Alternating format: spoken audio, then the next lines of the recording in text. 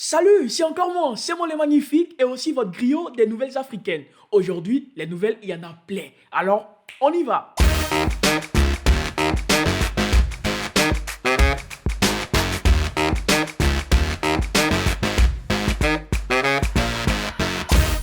Une nouvelle tragique a récemment non seulement frappé la Côte d'Ivoire, mais aussi les amoureux de la musique africaine. La méga star du coupé décalé a tiré sa révérence le 12 août dernier à Abidjan.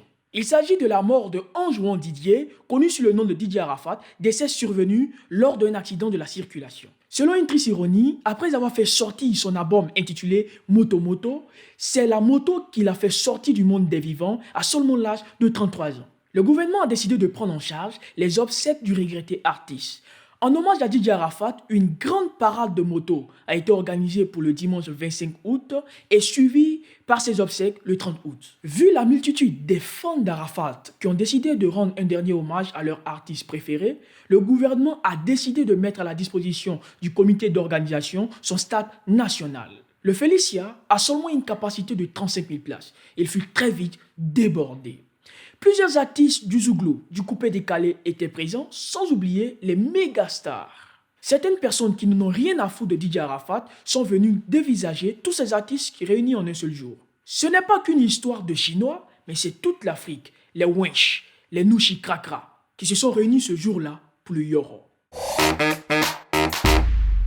Il s'avère que l'ancien footballeur international Didier Drogba, l'enfant de Niamprao, la gazelle, qui a remporté la Ligue des Champions avec Chelsea, a décidé de prendre les taureaux par les cornes dans son pays natal en se présentant à la tête de la FIF, qui est la Fédération Ivoirienne de Football. Oh merde, quelle nouvelle! À vrai dire, j'aimerais bien voir Didier envoyer tous ses fonctionnaires corrompus en touche, mais de grâce, qui ne blesse personne avec ce but. En parlant du foot, au Kenya, les amateurs de ce sport, il y en a un tas, se sont rebellés contre la décision des autorités de fermer tous les bars, y compris les bars sportifs. Et ce n'est pas comme si ces mesures draconnières ont été prises pour la bonne raison, c'est-à-dire la guerre, la peste, un Godzilla, mais pas du tout. Ces bars ont été fermés à cause du recensement de la population. Mais les fonctionnaires du Kenya sont sûrs que cette mesure augmentera l'ouverture des citoyens vis-à-vis du recensement.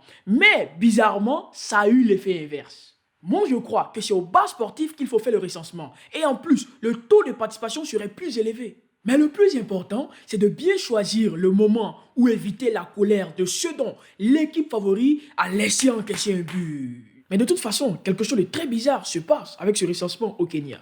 Dans la case sexe, ils ont ajouté une autre ligne, troisième sexe. Pour info, c'est la première fois en Afrique. Et pour l'instant, je suis hyper curieux de savoir combien de Kenyans ont choisi le troisième sexe. Et parmi eux, combien de fans de football y a-t-il? Maintenant, nous irons au fin fond de l'Afrique, au Swaziland. En effet, le roi Mswati III du Swaziland a déclaré qu'à partir de juin 2019, les hommes devraient épouser plus de 2 femmes. Sinon, ils risqueraient la prison. Et ça, c'est le visage d'un criminel swazilandais après cette loi. Et ça, c'est le visage d'un vendeur d'aphrodisiaques. C'était Siamo, le grillé d'Afrique. J'espère que vous avez passé un agréable moment en notre compagnie. N'hésitez pas à liker la vidéo ou à appuyer sur le bouton d'abonnement pour qu'il soit gris. Et si vous voulez m'encourager, il y a une seule chose à faire. Il faut partager la vidéo, la partager au maximum. Bon, moi je vais regarder le prochain match de Nicolas Pepe pour voir s'il arrive à dribbler la défense après avoir dribblé le meilleur défenseur du monde. Ciao!